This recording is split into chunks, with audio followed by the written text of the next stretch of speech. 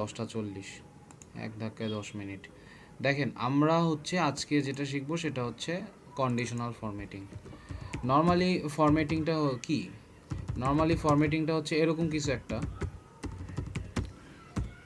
যে আমরা এখান থেকে ফরম্যাট করতে পারি। ফরম্যাট বিষয়টা হচ্ছে যে কোনো লেখা সিলেক্ট করলাম, কালার করলাম, কালারকে হাইলাইট করতেছি, এরকম কিছু একটা করতেছি, বা কালারকে টেক্সট করতেছি, এটাকে বোল্ড করতেছি, এরকম কিছু একটা ফরম্যাট করা। তো আমরা কন্ডিশনাল ফরম্যাটিংয়ে কি করব?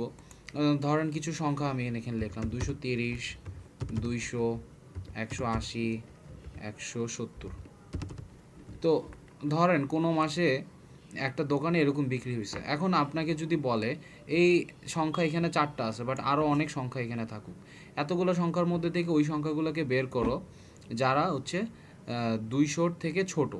তাহলে আমরা খুঁজে খুঁজে এদেরকে সিলেক্ট করে আমি এদেরকে নীল কালার বা লাল কালার করব, এরকম অনেক সময় লাগবে আমার। আমি আরেকটা এক্সাম্পল দিতে পারি। ধরেন আমি এখানে একটা লিস্ট তৈরি করতেছি, জানুয়ারি লিখলাম, জানুয়ারি থেকে সাউন্ডটা কম রেকর্ড করতেছি।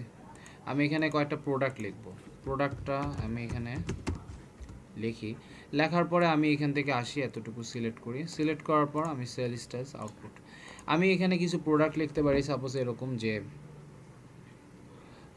পাঞ্জাবি, তারপর জামদানি,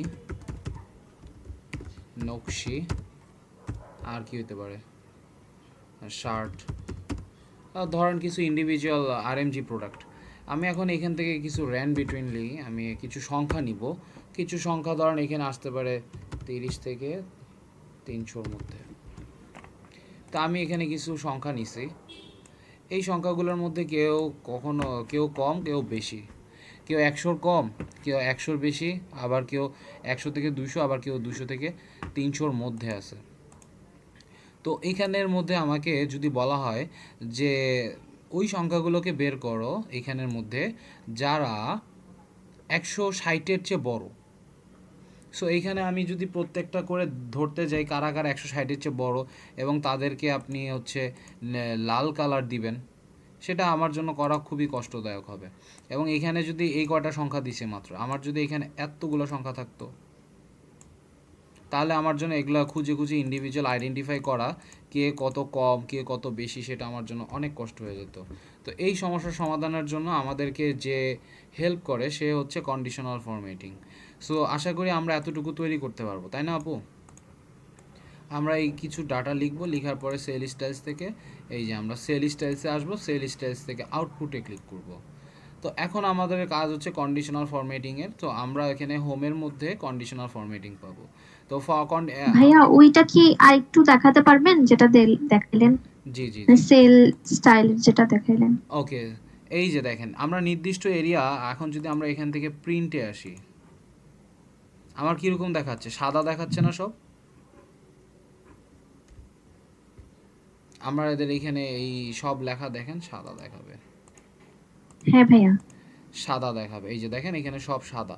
বাট আমি কি করছি, এই টেবিলগুলোকে সেলের স্টাইল দিছি, সেলকে স্টাইলিং করছি। সো স্টাইল করার জন্য আপনাকে যেটা করতে হবে, এই যতটুকু সেলকে আপনি স্টাইল করতে চান ততটুকু সিলেক্ট করব। সো আমার কেসে আমি এতটুকু সিলেক্ট করছি, এতটুকু সিলেক্ট করতে পারবো। এতটুকু সিলেক্ট করতে পারলে আমি এখান থেকে সেল স্টাইলসে যাব, যে জাস্ট আউটপুট দিয়ে দিব।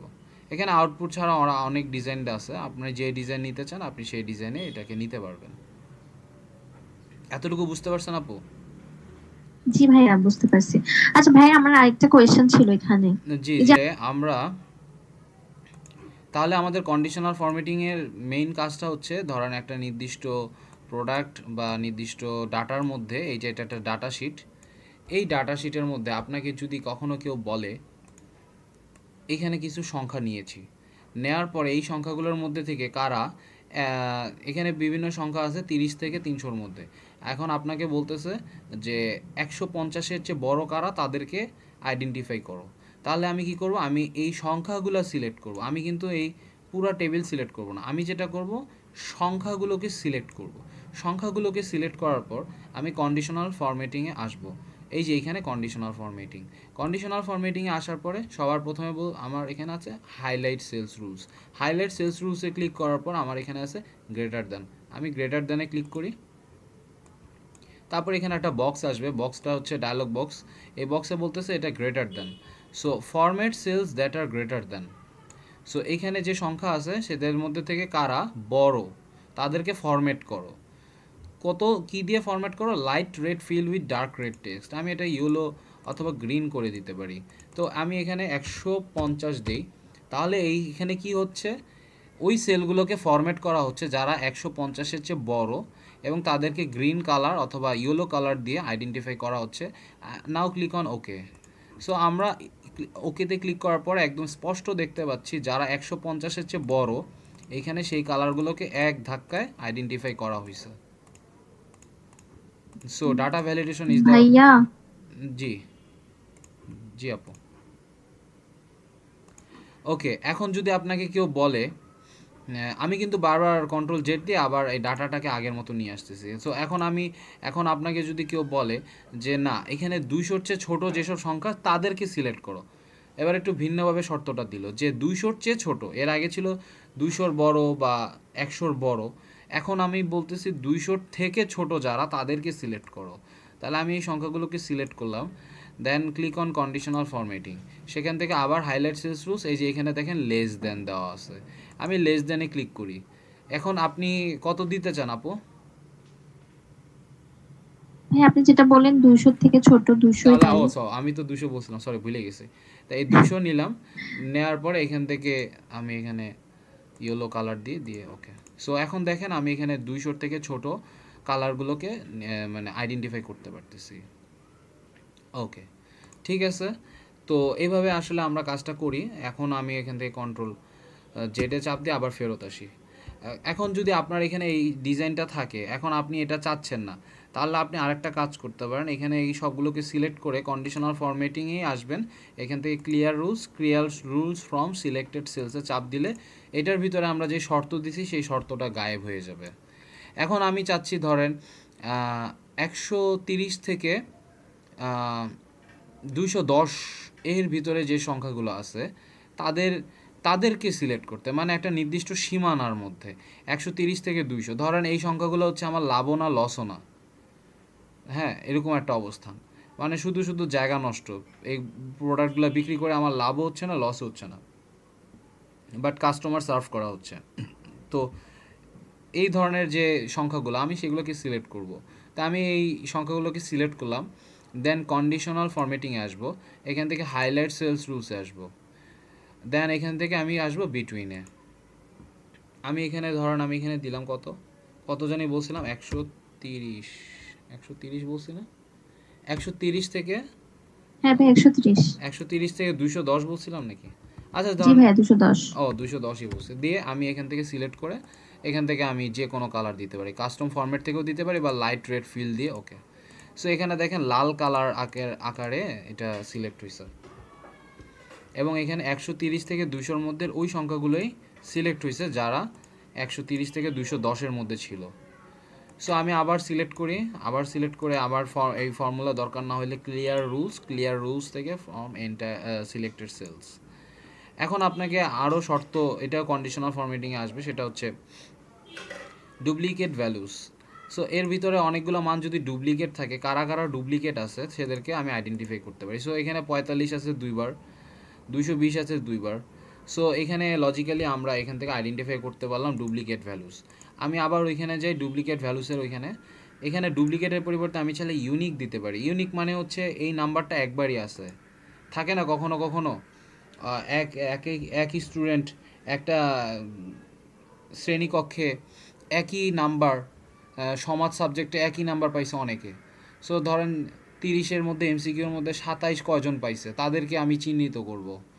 তো 500 স্টুডেন্টের মধ্যে 27 কয়জন পাইছে তাদেরকে চিহ্নিত করলাম, বা 28 কয়জন পাইছে তাদেরকে আমি চিহ্নিত করলাম। সো আমি এইভাবে ইউনিক এবং ডুপ্লিকেট দিয়ে ইজিলি তাদেরকে আইডেন্টিফাই করতে পারবো। তো এবার আসি হচ্ছে আরেকটু সামনে। তো এখান থেকে আমি টপ বটম রুলসের কাজগুলো মোটামুটি শেষ। ইকুয়াল টু আছে, ইকুয়াল টু জাস্ট ওই সংখ্যাটাকে খুঁজে বের করবে আপনি যেটা দিতে চান, জাস্ট ইকুয়াল টু 204। আমি এখানে 204 দিই, তাহলে দেখেন এখানে 204 সংখ্যাটা দুইবার দেওয়া আছে, তো সেটাও কালার হয়ে গেছে।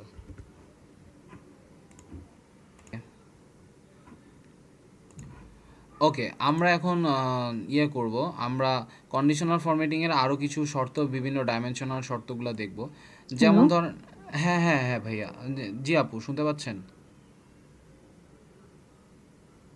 হ্যালো, 10 মিনিট হয়েছে, বেশি না। তো আমাদের এখানে এটা আমরা সিলেক্ট করব। এখন কন্ডিশনাল ফরম্যাটিংয়ে আরও কিছু রুলস আছে, টপ বটম রুলস। তো সবার প্রথমে টপ বটম রুলসের থেকে আমি টপ 10 আইটেমসটা সিলেক্ট করি। টপ 10 আইটেমসে আসছি, সেখান থেকে আমি format cells in the rank in the top. So এর ভিতরে যেই সংখ্যাগুলো আছে 30 থেকে 300, বাট এর ভিতরে এতটুকু বক্সের মধ্যে যতটুকু সংখ্যা আছে তাদের থেকে এক্সেল আমাকে বাইর করে দিবে সেই সংখ্যাগুলো যারা হায়েস্ট 10। তো হায়েস্ট 10টা সংখ্যা সে আমাকে এখানে বের করে দিবে উইথ কালার বা ইফেক্ট। সো আমি এখান থেকে ইয়েলো করে নিয়ে ওকে দিয়ে দিই। সো দেখতেছি আমরা এখানে হায়েস্ট 10টা কালার, হায়েস্ট যারা আছে এখানে 1 2 3 4 5 6 7 8 9 10, টোটাল 10টা কালার সে, 10টা নাম্বার সে সিলেক্ট করছে হায়েস্ট হিসেবে। সো টপ বটম রুলসের এই যে হাইলাইট সেলস রুলসের নিচে টপ বটম রুলস পাবো। এখানে top bottom rules top 10 items আছে, বাট আমি এখানে যদি চাই, না আমি 5টা নিব হায়েস্ট। হায়েস্ট টপ 5 কারা সেদেরকে কালার করে বা অন্য কালার দিতে। তো দেখেন এখানে 1 2 3 4 5, 5টা কালার সে হায়েস্ট আকারে দিছে, আর 10টা কালার সে কী আকারে দিছে, সে 10টা কালার সেকেন্ড হায়েস্ট আকারে দিছে। সো এইভাবে আমরা আইডেন্টিফাই করতে পারি র্যাঙ্ক ওয়াইজ, এই কাজটা আমরা করতে পারি। সিমিলারলি আমি এটা সিলেক্ট করি এখান থেকে clear rules from selected cells. এখন আমি আবার আসি টপ বটম রুলসে। এখানে টপ 10% আর বটম 10% পরে যাব। আমি বটম 10 আইটেমসে আসি। বটম 10 আইটেমস হচ্ছে সর্বনিম্ন বিক্রিতে 10টা প্রোডাক্ট কোন মাসের কারা কারা সেগুলোকে বের করো। তো আমি সিলেক্ট করলাম 10, না আমি এখানে যদি চাই 7, 7টা প্রোডাক্ট সর্বনিম্ন সেল হয়েছে কোনগুলো সেগুলোকে আইডেন্টিফাই করতে, তো আমি সেগুলোকে সিলেক্ট করে আইডেন্টিফাই করতে ওকে দিতে পারি। সো পরবর্তী মাসে আমরা এই মাসগুলোতে কম বিক্রি হয় দেখে আমরা প্রোডাক্ট কম উঠাইতে পারি। সো এভাবে আমরা ডাটা বের করতে পারি, অরিজিনাল ডাটাগুলো। তো আশা করি এটা বুঝতে পারছি আমরা। সিমিলারলি আমরা এখান থেকে clear rules from selected cells এটাই চাপ দিই। এখান থেকে আমি হচ্ছে টপ বটম রুলস, এখান থেকে টপ 10%-এ আসবো।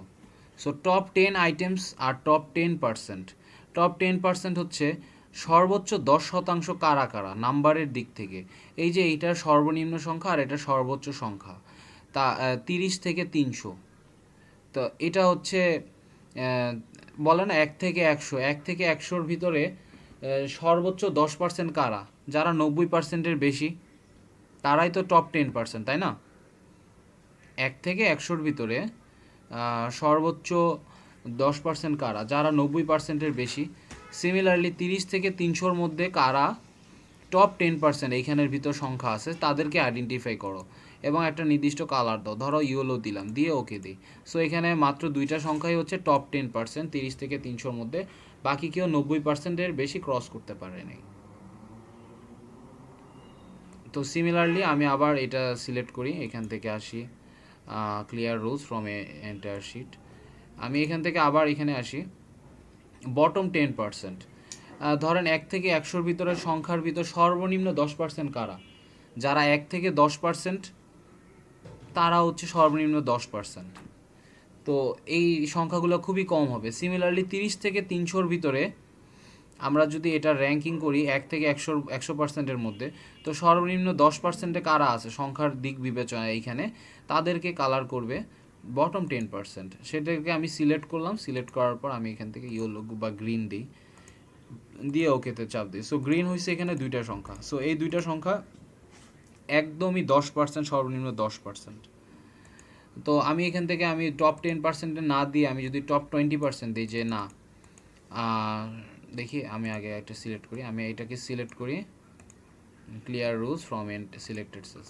আমাকে যদি কেউ বলে এখান থেকে 10% না, সর্বোচ্চ টপ 10% না টপ 20% বের করো, অর্থাৎ 80%-এর চেয়ে বেশি যারা বিক্রি হয়েছে এই সংখ্যাগুলোর মধ্যে, সেই সংখ্যাগুলো বের করো। সো আমি এখান থেকে টপ বটম রুলস টপ 10%-এ আসি এবং এখান থেকে এটাকে 20%-এ চাপ দিই। সো আমি এখান থেকে 20%-এর সংখ্যা দেখতে পারবো, 1টা 2টা 3টা 4টা, এই 4টা সংখ্যা টপ 20% আসে। তো এই হচ্ছে আমার থিম। এখান থেকে আমি আবার বটম 20%ও আসতে পারবো। সো এটা হচ্ছে আমার বটম 20%। আশা করি আমরা এটা বুঝতে পারছি। তো সিমিলারলি আমরা এখান থেকে above average and below average নিতে পারবো। ধরেন অ্যাবোভ অ্যাভারেজটা কি, ধরেন এখানে আমরা 5জন মানুষ আছি, তো অ্যাভারেজ অত তো গড়। তো এই সংখ্যাগুলোর গড় কি, এই এতগুলো সংখ্যা যে আমি সিলেক্ট করলাম, অ্যাভারেজ করি। অ্যাভারেজ আমরা করা শিখছিলাম না আপু? জি ভাইয়া। এই সবগুলো সংখ্যার অ্যাভারেজ আমি বের করি, এই সবগুলো সংখ্যার অ্যাভারেজ হচ্ছে 151। সো অ্যাবোভ অ্যাভারেজ বলতে, অ্যাবোভ অ্যাভারেজ মানে গড়ের উপরের সীমায় কারা কারা আছে, আমি এই সবগুলোকে সিলেক্ট করি। কন্ডিশনাল ফরম্যাটিংয়ে আসার পরে আমি এখান থেকে highlight cells rule, top bottom rules, সেইখান থেকে অ্যাবোভ অ্যাভারেজে যাব, ক্লিক করি। তো এই অ্যাবোভ অ্যাভারেজে যারা যারা আছে, অর্থাৎ 151-র বড় যারা যারা আছে, তারাই এখানে কালার হবে। যেমন 181ও কালার হয়েছে। সো কালারটা কী হবে সেটা আমরা এখান থেকে ডিসাইড করতে পারি। সো ইয়েলো নিলাম, নিয়ে ওকে দিই। সো দেখেন 151-র নিচে কোনো সংখ্যা কিন্তু কালার হয় নাই, সবাই কিন্তু এখানে মিনিমাম 165 আছে মিনিমাম। দ্যাট মিন্স আমাদের গড় সীমার উপরে যারা, তাদেরকে আমরা এখান থেকে কালার করতে পারতেছি। সিমিলারলি আমি এখান থেকে বিলো অ্যাভারেজে যদি যাই, অর্থাৎ 143-এর নিচে যারা যারা আছে তাদেরকে কালার করো, সেটা কি আমি ধরুন গ্রিন আকারে দিয়ে ওকে দিই। সো এই যে দেখেন সব জান্নাতিরা এখানে, গরিব সব দরিদ্রের নিচে আছে, তাই তো? এই হচ্ছে। ভাইয়া, জি। আপনি যে